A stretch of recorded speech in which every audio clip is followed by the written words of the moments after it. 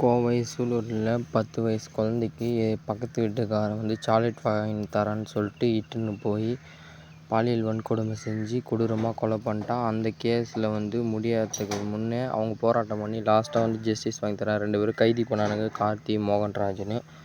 அவனில் ஒருத்தனுக்கு கார்த்திக்கு கால் முறிவு ஏற்பட்டதுனால அவனை மருத்துவமனையில் அட்மிட் பண்ணிக்கிறதா சொன்னாங்க. அதான் கைதிங்களுக்கெல்லாம் இருக்குல்ல, அந்த மாதிரி அட்மிட் பண்ணியிருக்காங்க மருத்துவமனையில் சொன்னது.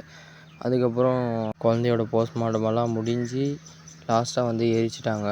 அதுக்கு முடிஞ்சிட்ட பின்னாடி அவங்க அந்த குழந்தையோட அம்மா நான் எந்த ஒரு போஸ்ட்மார்ட்டம் ரிப்போர்ட்லையும் கையெழுத்து போடல, எரிக்கிறதுக்கு எனக்கு யாருமே சொல்லலை, குழந்தையோட முகத்தோடு நான் பார்க்கல அப்படின்னு அவங்க ஒரு புகார் தராங்க அவங்க கணவர் மேலே. இது எந்த அளவுக்கு உண்மைன்னு தெரில. சமூக ஊடக வலைதளத்தில் என்ன சொல்கிறாங்கன்னா, அவங்க அம்மா போதையில் இருந்ததாக சொல்கிறாங்க. அது எந்த அளவுக்கு உண்மைன்னு தெரில, நம்மளுக்கு தெரியாமல் எதுவும் சொல்லுவோம். உங்களுக்கு தெரிஞ்சால் கமெண்டில் சொல்லிட்டு போங்க. இது சதியா, இல்லை குழந்தைக்கு கிடைக்கிற நீதியா, இல்லை நீதி கிடைக்குமா கிடைக்காத போகுமா, உங்களோட கருத்து கமெண்டில் சொல்லிட்டு போங்க.